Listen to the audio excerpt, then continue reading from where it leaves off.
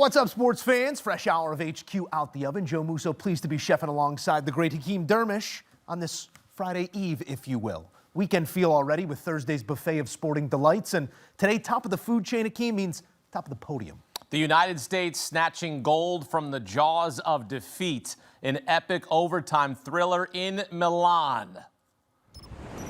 The United States women's hockey team wins gold for the first time since 2018, trailing 1-0 with 2 minutes left in regulation. U.S. star Hilary Knight played the role of hero with a brilliant deflection to tie the game at 1. Knight is now the United States all-time leading goal scorer at the Olympics. Then in overtime, Megan Keller makes an incredible move, scoring the golden goal as the U.S. defeats Canada 2-1 in OT. The Americans avenging their loss to the Canadians in the gold medal game some 4 years ago. Down 1-0 in the second period, the U.S. trailed for the first time this Olympics, but the red, white, and blue rally back. Team USA outscored its opponents 33-2 in these winter games, earning the third gold medal in U.S. women's hockey history. And for more, welcome in CBS Sports hockey analyst Pierre McGuire. Megan Keller's golden goal wins it for Team USA. Pierre, Megan Keller looking like Connor McDavid on that goal. That goal was simply poetic.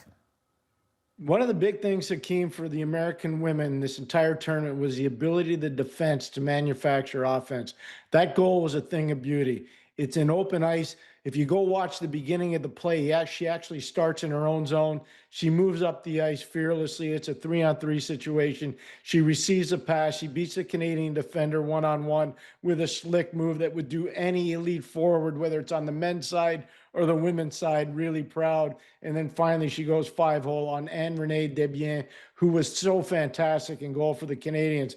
So that's just one of those iconic goals that will go down in all kinds of USA hockey lore, and justifiably so. Pierre, where does Megan Keller's golden goal rank for you in U.S. women's hockey history? You know, I thought about it a lot, and I think about the Lamoureux sisters out in Korea, Pyeongchang in 2018, where I did the game with Kenny Albert and AJ Malesko, and that shootout goal by the Lamoureux sister was just phenomenal.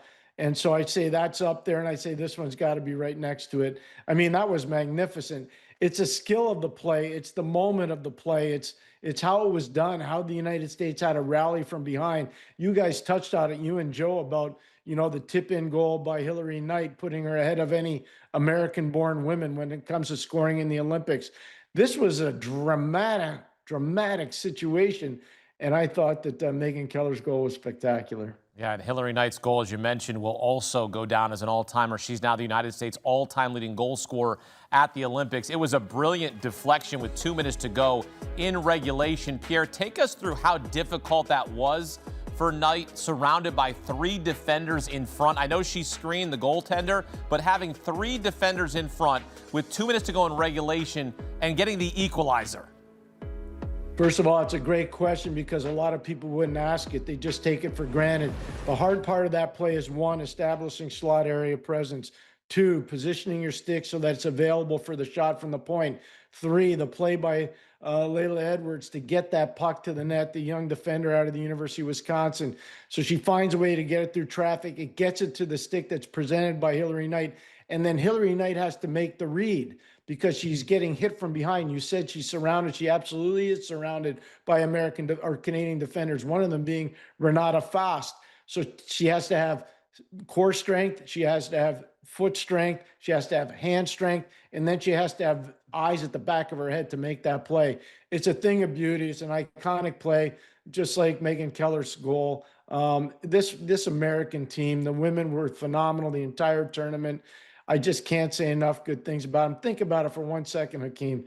They gave up 2 goals the whole tournament. 2 goals. It's unbelievable. It is. It absolutely is. Canada putting the pressure on the U.S. all game long, breaking through in the first minute of the second period, scoring a shorthanded goal.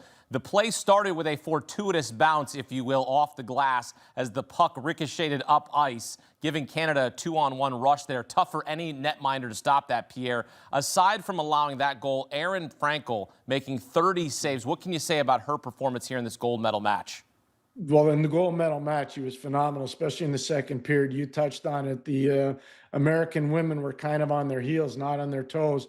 And to the Canadians' credit, they took it to them. And Frankel came up with some huge saves in the second period. She came up with some massive saves in the middle part of the third period and into overtime. Can't say enough about her. She's a Northeastern University graduate.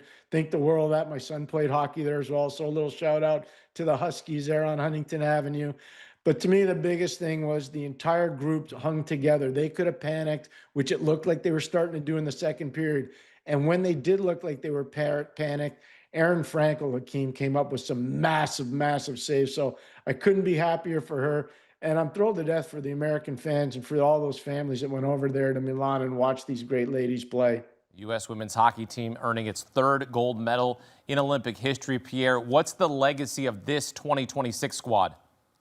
Quite frankly, I think they're the best female team that's ever been put forth by the Americans, and maybe the best female team ever put forth in American Olympic history. I know everybody's going to say the '98 team because they broke the ice. The Americans won the gold.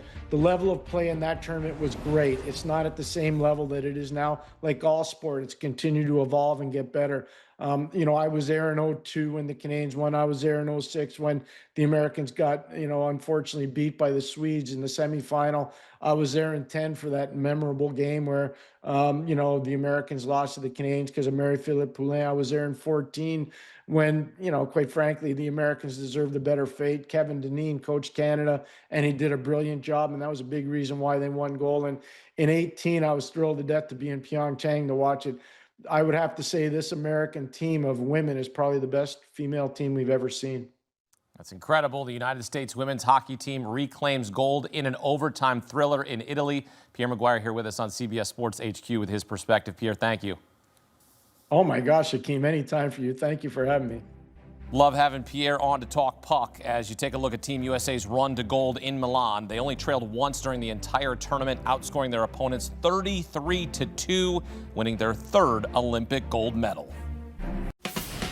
When you need your sports news all the time, we've got breaking news to bring to you. CBS Sports HQ gives you a snapshot of all the sports that matter to you. Big news coming out of the NFL. A lot of movement in the rankings this week. With highlights. What a finish at the final round of play. And in-depth analysis. Can they three-peat? Tony Romo joins the conversation. What can you say about this game? When you need your sports in a snap, we're bringing you that breaking news right here on HQ. Find it on CBS Sports HQ. Streaming free anywhere you are.